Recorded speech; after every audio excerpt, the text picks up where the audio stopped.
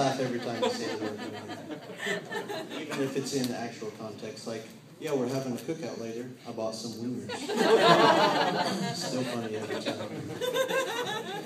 Well, I know a lot of people get angry. A lot of people, nowadays, I guess finances is a good reason people get mad. Things happen when you get angry. People get red in the face. Thanks, man. A lot of people have tempers. They throw stuff. Me personally, though, when I know when I'm getting angry, when it's time for me to start cooling off, is I begin to sound like Don Knotts. The angrier I get, the higher my voice gets. I'm like, hey, calm down. Hey, Andy? Nip it in the bud, Andy. Nip it. But, I start getting, I take on the whole personality of Don Knotts. I start getting real shaky. I feel around for the bullet in my pocket. I feel like I weigh 120 pounds. I said feel, not look.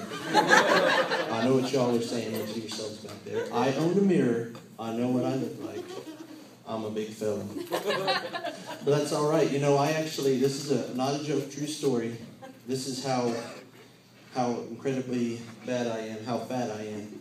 A couple months ago, I went to Walmart and bought, full-size sheet cake. And I know you're probably thinking, well, that's not very strange. People buy sheet cakes all the time.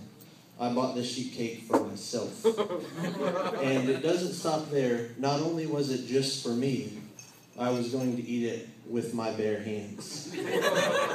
No knife, no fork, no utensils at all. Just, like a giant, overweight, out of shape, construction equipment, just digging right to the face. It was almost reminiscent of those little candy crane machines that you see in arcades and restaurants and stuff. They got the little fluffy bunny down at the bottom. You're never going to win it, but you throw quarters in there anyways. Only my prize was the cake, which I won, delicious. But the real prize, diabetes. No, I don't have diabetes, but that's not funny. People shouldn't know that. But I did start to be a little bit concerned about my weight, and I was thinking, I am kind of a big guy. I don't want to have to deal with that. There's a lot of things, and my memory's not so great. So I decided that maybe I should look into fixing that. I know what some of y'all are thinking. No, I didn't want to go on a diet, so that's out of the question. But I thought maybe I could exercise, once a month, ease into it, just here and there. And I thought, well, there's a lot of different ways you can exercise that you can, lose weight. And I kind of narrowed it down to walking or running. And I thought, well, walking, easier. Running, faster. Walking, it's a low-impact exercise. And running causes a lot of friction, mostly around my thigh area. And I thought maybe I can go a different route. Maybe take, they have all these pills now. Thought maybe some pills or steroids, but steroids would definitely alleviate the friction, but probably more higher into the crotch area than I want to go. So I decided, I'll just stick with running. But I know if that doesn't work out, if I can't motivate myself that way, I decided that I could, light myself on fire. I know a lot of people are thinking that's not a very good way to motivate yourself to run.